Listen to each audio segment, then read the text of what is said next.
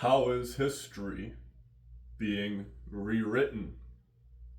How is history being retaught? When looking at the current curriculum of kindergarten to grade 12 from different provinces, if one was to place a particular analysis regarding the basis of the curriculum, you can actively find that in Alberta, the curriculum is driven around a success-based curriculum, you could say. Within Alberta, which is a conservative province, we have a rather progressive public schooling system. Now, even within Alberta, we don't necessarily see the same level of gender affirmation ideology within this province. When looking at the curriculum of the public schooling system, which most parents think, well, my children are probably learning the same thing that I did when I was in school. This is completely false. The current public school system and the public school curriculum has tremendously changed since you, as a parent, were in school. The fundamental basis of the curriculum has stayed somewhat the same. In order to graduate high school, you need a basis of mathematics, science, social studies, English or language arts, physical wellness, and a few others. But when you look at the secondary courses, which are courses you can choose to take as options, notice a course list if you were to look at the curriculum list within Alberta. Within the curriculum list, you can actively find that in the Albertan province, there are far more secondary option courses than there are primary courses. Now, ultimately, what the point that I'm trying to get to is one particular notion. His story continuously changes. Notice now, in social studies as an example, which is history. Within social studies, the Holocaust is no longer being taught. World War II is no longer being taught. And a few other very important history lessons are no longer being taught. Now, why might that be? Well, you can actively say his story, meaning he who rules the Canadian government at any particular time, you could say, or the people that specifically put these curriculums into pieces together and mash them into, you could say, a real poorly designed collage. When looking at the curriculum of British Columbia, you might find that in British Columbia, they put an emphasis on British Columbian students being more liberal and being taught by the greatest teachers in the entire world, as they boldly claim on the British Columbia Public Schooling System website. Now, in terms of this liberal leftist ideology, what is actually being taught in school? Forget high school for a second. What is being taught in kindergarten and elementary school? These are some of the most fundamental development years of any particular individual's life. you absorb the most out of the external sources from the environment at which you're learning from at this particular time. So what exactly is being taught kindergarten to grade 6? I invite you as a viewer to do your own research. What next is being taught from grade 7 to grade 9? And finally, what next is being taught from grade 10 to 12? You might find that in the overall learning process, most of the schooling that which students first learn in their early years, they no longer teach anything regarding basic, you could say, fundamentals. The new fundamentals that we are teaching children from kindergarten to grade 6 now is specifically gender ideology.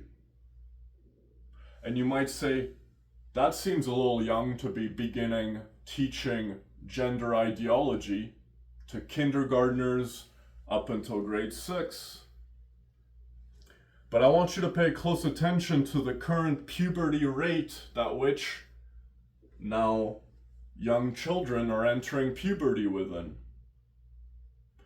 If you were to look now at the pushed ideology of this curriculum, you might find that in an oversaturation of sexualization, young children are now entering puberty at a much, much younger age than ever seen before. In creating a hypersexualization or gender ideology, learning what it is, sex, how to express in sex, and these are things that are being taught in kindergarten up until grade 6. And then it evolves and gains momentum, where all of a sudden it just starts clicking in these kids' heads. That's all they've been taught since kindergarten until grade 6. You get them to learn the fundamental primary ideology, and then you evolve it further and further and further and further until this ideology gains so much momentum, we have created a hyper race, an anxious race, an anxious kind of human. Now, in this particular analysis, let's place some facts. If you were to look at the British Columbia curriculum, you might find a few different curriculum keys that are not being taught within each particular province. Each particular province has its own curriculum, with each particular province teaching their own side of what they think their province students and children need to know. Now, when you see a change from province to province to province, rather than a federally taught curriculum, individualizing curriculums from province to province to province ultimately results in complete derangement from province to province to province.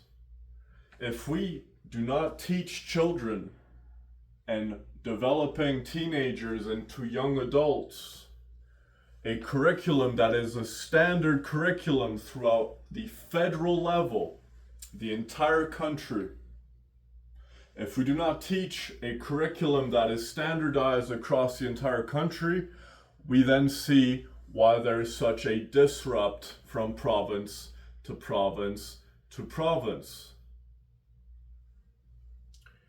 Now, at this particular time, you might start to kind of click things in your head yourself. whether you be a parent or a student, a child in school, whether you are a late year teenager, a young adult, or a university student, where you see the ideology exponentially develop in its potential to indoctrinate you. Now, this is the curriculum that has been taught and has been changed since liberal rule.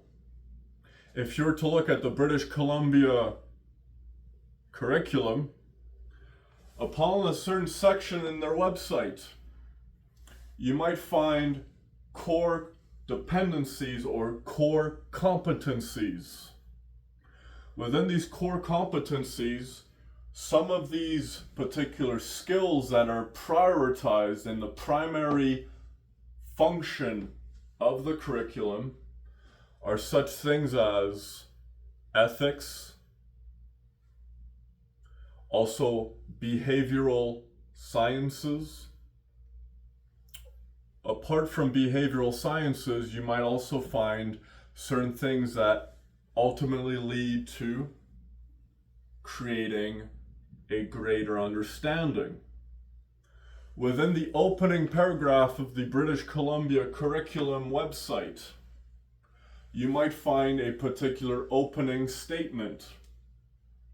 In this particular opening statement is a sentence within this curriculum opener that within this particular sentence it states one particular thing.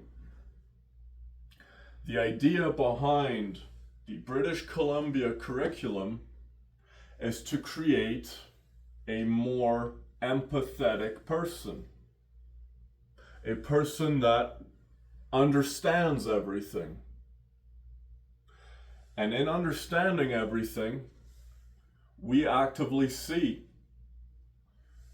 British Columbia has one of the lowest employment rates in the entire country. Now, not to place that on liberal rule, although liberals have a tendency to choose not to work. Apart from the British Columbia curriculum, we also enter the Ontario curriculum. Within Ontario, you see a complete shift in the previous two examples of curriculums that are being taught right here in Canada, differing from province to province to province. And these are not just minor changes, they are drastic changes. As British Columbia's opening statement might claim, according to a rapidly ever-changing way of understanding things, we have to actively increase the speed at which we can understand or teach this rapidly developing idea. The environment is no longer a gradual change.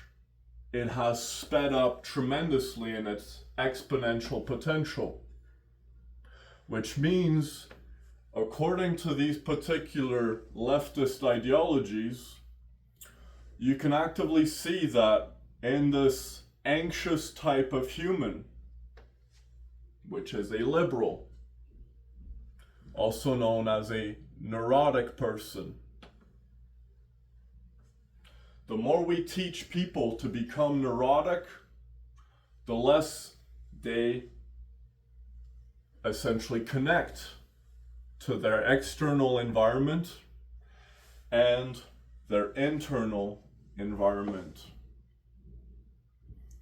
You might imagine an extremely anxious person has a tendency to, you could say, overthink things.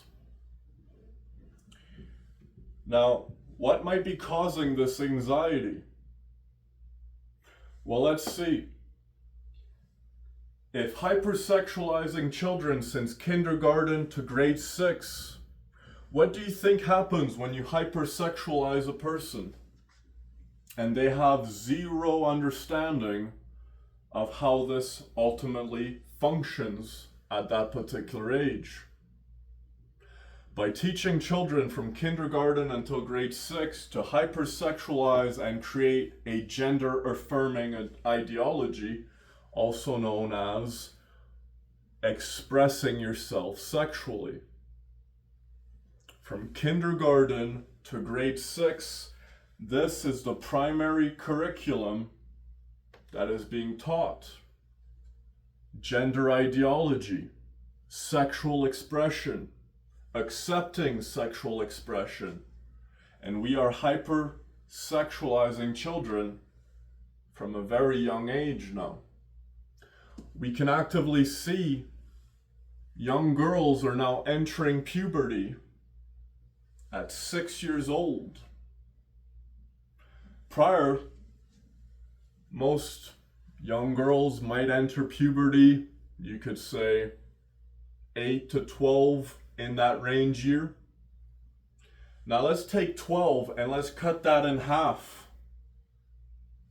Hypersexualizing the person, doubling the rate at which they experience this anxiety. Because they have zero understanding of how their reproduction ultimately leads to what is known as a societal structure, a hierarchy. According to where you fall within a hierarchy, you might find one particular thing: your ability to reproduce or your inability to reproduce. Now, some might argue, if hypersexualizing children creates anxiety, why is that? Imagine if I all of a sudden began giving you stimulus every single day. Stimulus that causes you to feel something from a very young age that which you do not understand this particular stimulus. Imagine if every day I tell you, it's okay for you to do this. It's okay for you to not want to be. It's okay for you to experience sex in childhood. Ultimately, the point that I'm driving behind this particular video, and this is very minor ways that I've expressed the way these teachers essentially interact with these students from kindergarten until grade 6. From grade 7 to grade 9, we see this exponentially grow in its potential. The ideology picks up in momentum. Then we enter high school, grade 10 and 12, where children now that have been hypersexualized since 5 years old. Imagine if your mind is continuously racing, pardon me, known as anxiety. What do you think is something that helps reduce anxiety? Activity. But now what is the activity that is being taught in kindergarten to grade 6? We're actively seeing children are learning how to self-express in sexual behavior beginning in kindergarten. Now, why might that be? In my particular analysis, I would argue that this reason is it is teaching young teenagers and young children to specifically keep themselves busy by specifically engaging in sexual behavior. Oh, you're anxious? We got time. But what happens when these individuals no longer experience that sexual release, to get rid of that anxiety, where they are now entered in classrooms that specifically prevent them from focusing on anything else except their own anxiety. Every day in the current curriculum, we see students leave school and arrive home completely panicked. How is the world so horrible? And in this anxiety, how are they going to fix getting rid of this anxiety? Through sexual behavior. Now, why might this be something that is being pushed upon children by pedophiles? How is it acceptable to sexualize a 5-year-old child in school, to teach them how to pleasure themselves, how to pleasure another person? This is being taught at 5 years old in kindergarten in the current curriculum of the public schooling system today. Now, you might have some questions regarding that. Why is it that we're creating anxious people within our public schooling system?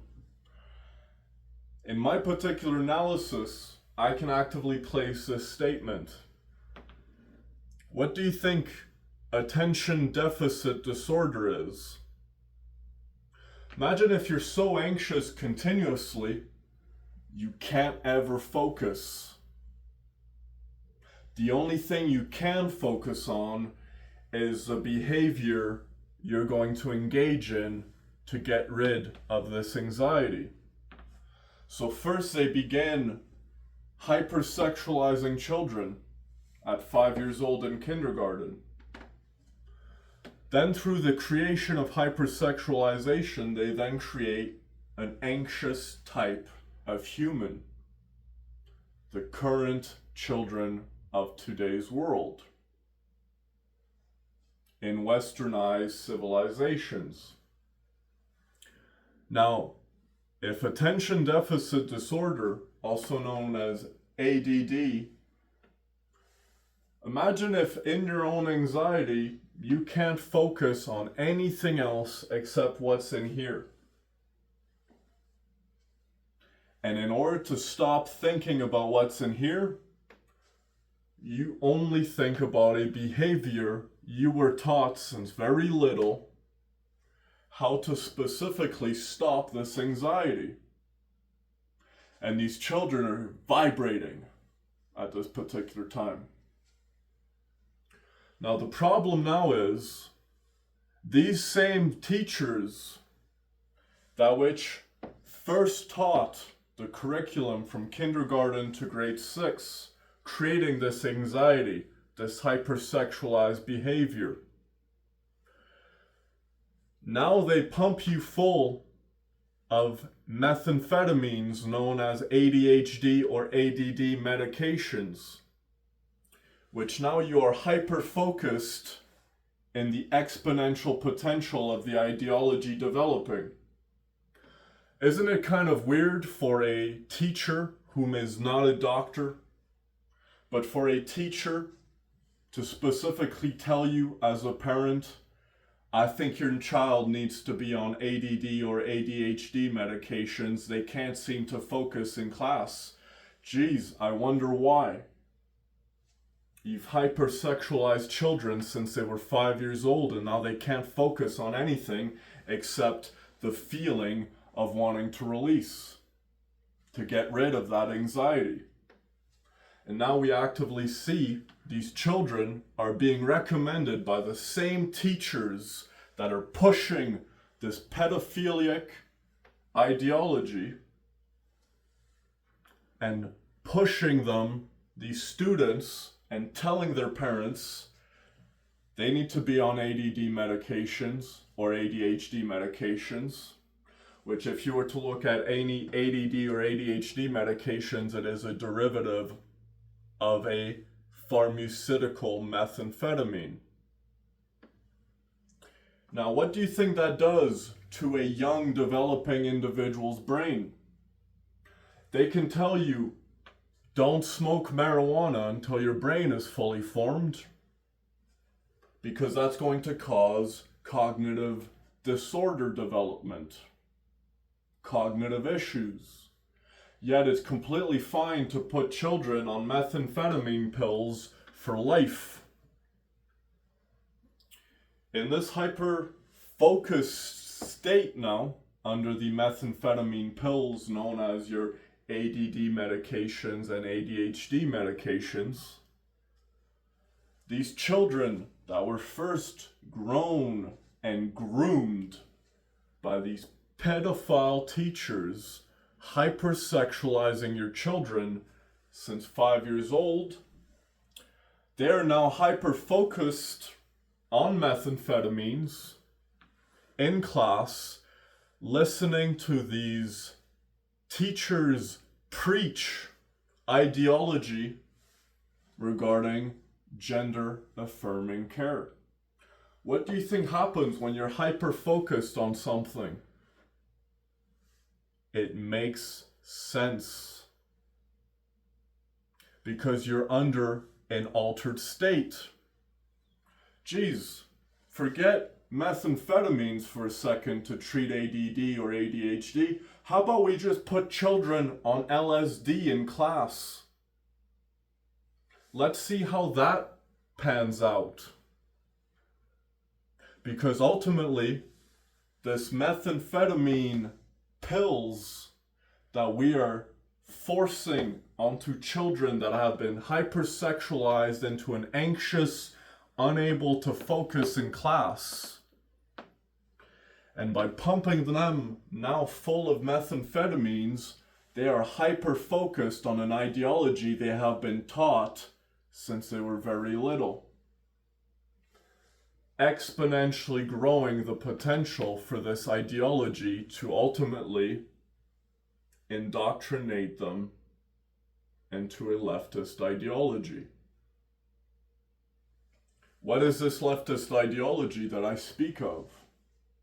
Well, for one, they no longer speak of written history, his story, that which he wants the world to know, or specifically his country. Now, the Prime Minister is not necessarily responsible for the public school curriculum. The public school system is responsible for the public school curriculum. And so, if the public school curriculum is teaching these ideologies, which have exponentially grown in their potential, and the more they've gained potential, ultimately we see individuals now leaving high school, entering university, leaving university.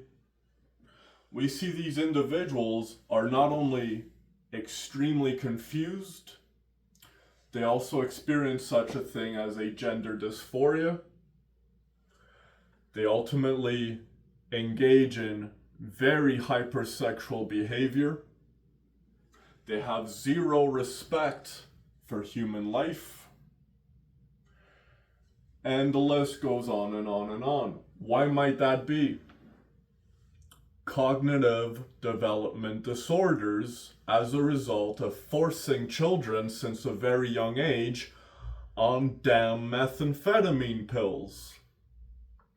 How do you think that affects a young developing mind to be put on meth since you're, say, 6 or 7?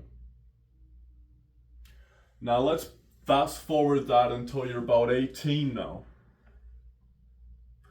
What do you think you look like after, say, 11 years of methamphetamine addiction and abuse? You can actively find that after 11 years of methamphetamine use, not only do you not look the same, but you behave in an alien-like behavior. Now, in terms of creating acceptance, here's an acceptance for you. Speaking the truth is not an oppression. Speaking an opinion is not an oppression. But what is the truth here is not the fault of these students. No. The true fault here is the public school system and all of their staff members that actively engage in pursuing and enforcing leftist ideology. Now, why might this leftist ideology be problematic?